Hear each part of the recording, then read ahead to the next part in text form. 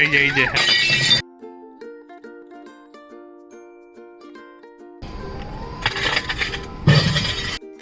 Hello everyone, আমি দেবযানী। আমার চ্যানেলে আপনাদের অনেক অনেক স্বাগত। আশা করি আপনারা সকলে খুব ভালো আছেন, সুস্থ আছেন। আজকে শনিবার আর ঘড়িতে সময় এখন বিকেল 4টে। বেরিয়ে পড়েছি কেএল টাওয়ার যাওয়ার উদ্দেশ্যে। কেএল টাওয়ারে পৌঁছে কেএল টাওয়ার সম্পর্কিত বিস্তারিত তথ্য তো দেবই, কিন্তু তার আগে বলে রাখি কেএল টাওয়ার হলো মালয়েশিয়ার টুইন টাওয়ারের মতোই একটা মাস্ট ভিজিট স্পট। আমাদের বাড়ি থেকে কেএল টাওয়ারে আসতে হলে কিছুটা রাস্তা বাসে এসে তারপর ক্যাব করতেই হতো, কারণ এই জায়গাটা থেকে দেখছি পাহাড়ি রাস্তা শুরু হয়ে গেছে, তাই হয়তো পাবলিক ট্রান্সপোর্টের সেরকম কোনো সুযোগ সুবিধা নেই। তাই একেবারে ক্যাবেই চলে আসলাম। প্রায় পৌঁছেও গেছি। ওই যে দূর থেকে কেএল টাওয়ার দেখা যাচ্ছে। আমাদের বাড়ি থেকে এখানে আসতে সময় লাগলো 20-25 মিনিট মতো। মালয়েশিয়ায় তো সন্ধে খুব দেরিতে হয়, অন্ধকার নামে প্রায় 7:30টার পর। আর কেএল টাওয়ার থেকে যেহেতু রাতের ভিউটাই খুব সুন্দর লাগে, তাই একটু দেরি করে আসলেই হতো, কিন্তু বৃষ্টির ভয়ে তাড়াতাড়ি চলে আসতে হলো, কারণ বৃষ্টি শুরু হয়ে গেলে কেএল টাওয়ার বন্ধ হয়ে যাবে। সামনেই রয়েছে দুটো দোকান, যেখানে ডাব আর মাইলো পাওয়া যাচ্ছে। ইস, এই দোকানগুলোয় যদি একটু ফুচকার চুরমুর পাওয়া যেত। জোকসে পার্ট। এটাই হলো দ্য কুয়ালালামপুর টাওয়ার, মানে কেএল টাওয়ার, যার উচ্চতা 421 মিটার। আর এই টেলিকমিউনিকেশন টাওয়ারটা ওয়ার্ল্ডের 7th টলেস্ট টাওয়ার। কেমন গরম? এদিকে দেবাশিস এখন টিকিটটা কালেক্ট করে নিচ্ছে। মাটা ফেয়ার থেকে 2 মাস আগে দুটো রিসিট নেওয়াই ছিল, এখন শুধু টিকিটটা নিয়ে নিচ্ছে। আর অলরেডি বিকেল হয়ে গেছিলো বলে আমি বাড়ি থেকে আর সানগ্লাসটা নিইনি, কিন্তু এখানে এসে দেখছি একেবারে ঠাটা পড়া রোদ্দুর। ভাগ্যিস দেবাশিস ওর দুটো সানগ্লাস এনেছিল, ওর মধ্যে থেকেই একটা পরে নিয়েছি। এখানে এসে একটা জিনিস দেখে খুব ভালো লাগছে, প্রচুর ইন্ডিয়ানদের ভিড়। প্রথমেই টাওয়ার ওয়াকটা সেরে নিচ্ছি। টাওয়ার ওয়াকটা একটু রাতের দিকে করলেই ভালো ভিউ আসতো, কিন্তু ওনারা আমাদেরকে প্রথমে টাওয়ার ওয়াকেই আসতে বলল। একদিকে ভালোই হয়েছে, এখানের ওয়েদারের তো কোনো ঠিক ঠিকানা নেই, এই রোদ এই বৃষ্টি, আর বৃষ্টি চলে আসলে স্কাই ওয়াক একদমই হবে না, তাই আগে ভাগেই করে নেওয়া ভালো। আর এদিকে আমার আবার অ্যাক্রোফোবিয়া আছে, মানে উচ্চতায় ভয়, তাই আমার পক্ষে আলো থাকতে থাকতেই এই ওয়াকটা সেরে নেওয়া ভালো। মনে হচ্ছে প্রাণটা হাতে করে হাঁটছি। অনেক উঁচু থেকে নিচের দিকে তাকালে বেশ অস্বস্তি হয়, আবার নিচ থেকে অনেকটা উঁচুর দিকে তাকালেও একটু মাথাটা ঘোরে। যাদের আমার মতন হাইট ফোবিয়া আছে তারাই বুঝতে পারবে আমার এখন ঠিক কী অবস্থা। কি হলো? ভয় লাগছে? চলো আস্তে হাঁটো, আস্তে, দৌড়ে কেন হাঁটছ? চলো চলো চলো। ইমা, কোনো আওয়াজই তো হচ্ছে না। এটা ব্রেকিং আওয়াজ হয়। এই যে হ্যাঁ, এটাই তো, তাই ভাবি। চলো চলো চলো, আর কিছু হয় না।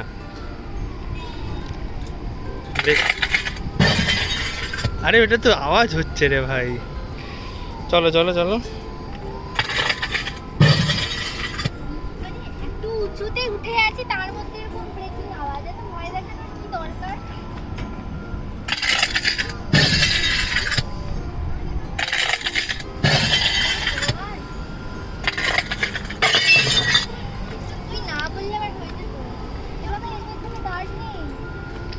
একই এরকম একটা উঁচু জায়গায় হাঁটছি, তার মধ্যে কাঁচ ভাঙার আওয়াজটা খুবই চাপের ছিল।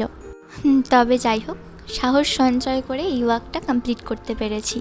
আগে তো আমি নাগরদোলায়ও চড়তে পারতাম না, কিন্তু এখন কয়েকবার নাগরদোলা রোপওয়েতে উঠে কিছুটা ধাতস্থ হয়েছি। আর মালয়েশিয়ায় এত উঁচু বিল্ডিং দেখতে দেখতে মনে হচ্ছে অবশেষে ভয়কে জয় করতে পারবো। আমরা এখন স্কাই ডেকে আসলাম। এখানে দুটো স্কাই বক্স আছে, একটা এই ব্লুটা, আরেকটা ওই দিকে আছে একটা পিঙ্ক কালারের স্কাই বক্স। বলা যায় এই স্কাই বক্সটাই কিন্তু হলো কেএল টাওয়ারের মেইন অ্যাট্রাকশন। এখানে একটু দাঁড়িয়ে ফটো তোলার জন্য দিতে হবে আলাদা করে 10 রিঙ্গিত। নর্মালি কেএল টাওয়ারের টিকিটের দাম থাকে 130 রিঙ্গিত, মানে ভারতীয় টাকায় 2340 টাকা। কিন্তু আমরা যেহেতু মাটা ফেয়ার থেকে টিকিট কেটেছিলাম, তাই আমাদের অনেকটাই ডিসকাউন্ট হয়েছিল। আমাদের পড়েছিল 73 রিঙ্গিত, আর স্কাই বক্সের জন্য আলাদা করে 10 রিঙ্গিত, তাহলে হলো 1494 টাকা। এখানে বিদেশি মানুষজনদের মধ্যে একটা খুব ভালো জিনিস আছে, আমরা নিজেরা সেলফি তুলছি বা ভিডিও করছি দেখলেই ওরা খুব মিষ্টি করে বলে যে তোমরা দাঁড়াও, আমি তোমাদের ফটো তুলে দিচ্ছি। ঠিক একইভাবে আমরাও আবার ওদের ফটো তুলে দিই। আমরা হয়তো হঠাৎ করে কোনো অপরিচিত মানুষের সাথে কথা বলতে একটুখানি ইতস্তত বোধ করি, কিন্তু ওদের মধ্যে না এই ব্যাপারটা নেই। ওরা দেখেছি ভীষণ ফ্রেন্ডলি, হ্যাপেনিং, হাসি খুশি, মিশুকে, যেটা খুবই ভালো লাগে। একটু আগেই একটা ব্লু স্কাই বক্স দেখালাম না, এই যে এটা হলো আরেকটা পিঙ্ক স্কাই বক্স। কিন্তু ওই ব্লু স্কাই বক্সটা থেকে ভিউটা অতটা ভালো আসবে না, ওই দিকটা দেখছিলাম একটুখানি ফাঁকা ফাঁকা, তাই ম্যাক্সিমাম ভিড়টাই দেখছি এই পিঙ্ক স্কাই বক্সের সামনে। আর আমরাও ভাবছি এই পিঙ্ক স্কাই বক্সেই ফটোটা তুলব। বাঁদিকে রয়েছে টুইন টাওয়ার, মাঝখানে টিআরএক্স বিল্ডিং, আর ডান দিকে মা ডেকা। এখন আমাদের হাতে অনেকটাই সময় আছে, সন্ধে হওয়ার অপেক্ষা করছি, তাই জুম করে করে সব জিনিসগুলো একবার করে দেখছি। ওইটা হলো প্যাভিলিয়ন, যেখানে লাস্ট উইকেন্ডে বারবিকিউ নেশনে বার্থডে লাঞ্চ করেছিলাম। প্রচণ্ড মেঘ করেছে, এত উঁচু জায়গায় দাঁড়িয়ে মনে হচ্ছে মেঘগুলো আমাদের চোখের সামনেই ভেসে বেড়াচ্ছে। ধীরে ধীরে সন্ধে নামছে আর সব বিল্ডিংয়ের আলোগুলো আস্তে আস্তে জ্বলে উঠছে। এখান থেকে চোখটা যেন কিছুতেই সরছে না, অদ্ভুত সুন্দর একটা দৃশ্য। ঠিক যেই ভয়টা পাচ্ছিলাম সেটাই হয়েছে, প্রচণ্ড মেঘ করেছে আর বিদ্যুৎ চমকাচ্ছে, মনে হচ্ছে এক্ষুনি ঝমঝমিয়ে বৃষ্টি আসবে। কিন্তু এত সুন্দর ভিউ আর এই ওয়েদারটা, সব মিলিয়ে এ যেন এক অদ্ভুত অনুভূতি। এখন অলরেডি বৃষ্টি পড়া শুরু হয়ে গেছে, তাই তাড়াতাড়ি স্কাই বক্সের টিকিটটা কেটে চলে এসেছি। টিকিট দেওয়ার সময় বলে দিয়েছে বেশি বৃষ্টি পড়লে স্কাই বক্সটা বন্ধ হয়ে যাবে, আর টিকিটটাও রিফান্ডেবল নয়। দেখা যাক কি হয়।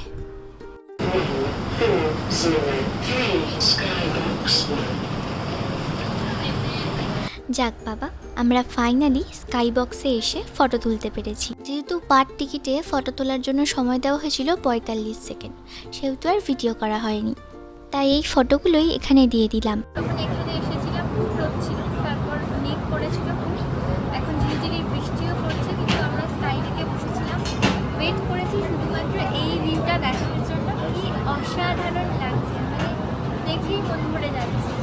মাঝে মাঝেই মেঘ এসে টুইন টাওয়ার আর মাড্ডেকাকে ঢেকে দিচ্ছে, তার মধ্যে আবার ঝিরিঝিরি বৃষ্টি।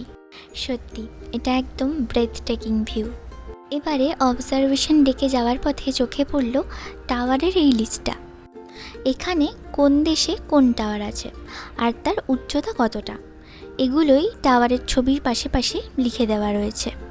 এখনও অবধি বুর্জ খালিফা হলো ওয়ার্ল্ডের টলেস্ট বিল্ডিং, আর যার উচ্চতা হলো 828 মিটার।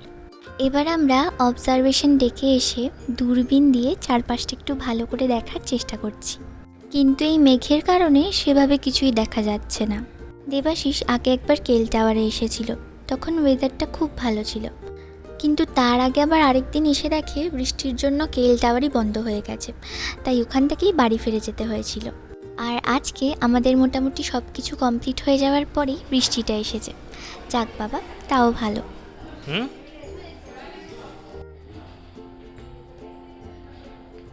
কিছু দেখতে পাচ্ছ?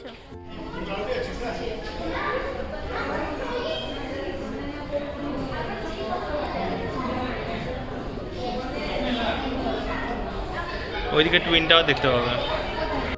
অবশেষে মেঘটা একটু পরিষ্কার হয়ে যাওয়াতে দূরবীন দিয়ে টুইন টাওয়ারকে দেখতে পেলাম। আর ঠিক এভাবেই টুইন টাওয়ারকে দূরবীন দিয়ে ক্যামেরায় বন্দি করার চেষ্টা করলাম।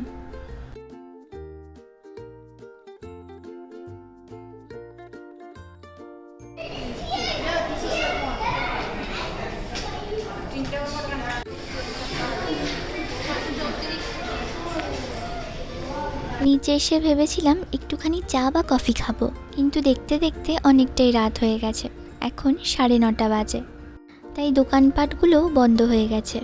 এদিকে আবার প্রচণ্ড জোরে বৃষ্টি শুরু হয়েছে, তাই ক্যাবটাও আসতে একটুখানি দেরি হলো। চলুন আমরা তাহলে এখন আস্তে আস্তে বাড়ি ফিরি। তাই আজ ভ্লগটা এখানেই শেষ করছি। ভিডিওটা ভালো লাগলে প্লিজ একটা লাইক আর কমেন্ট করে একটু পাশে থাকবেন, আর পারলে চ্যানেলটা একটু সাবস্ক্রাইব করে দেবেন। সবাই খুব সুস্থ থাকবেন, সাবধানে থাকবেন। দেখা হবে আগামী ভ্লগে। আজকের জন্য বাই বাই।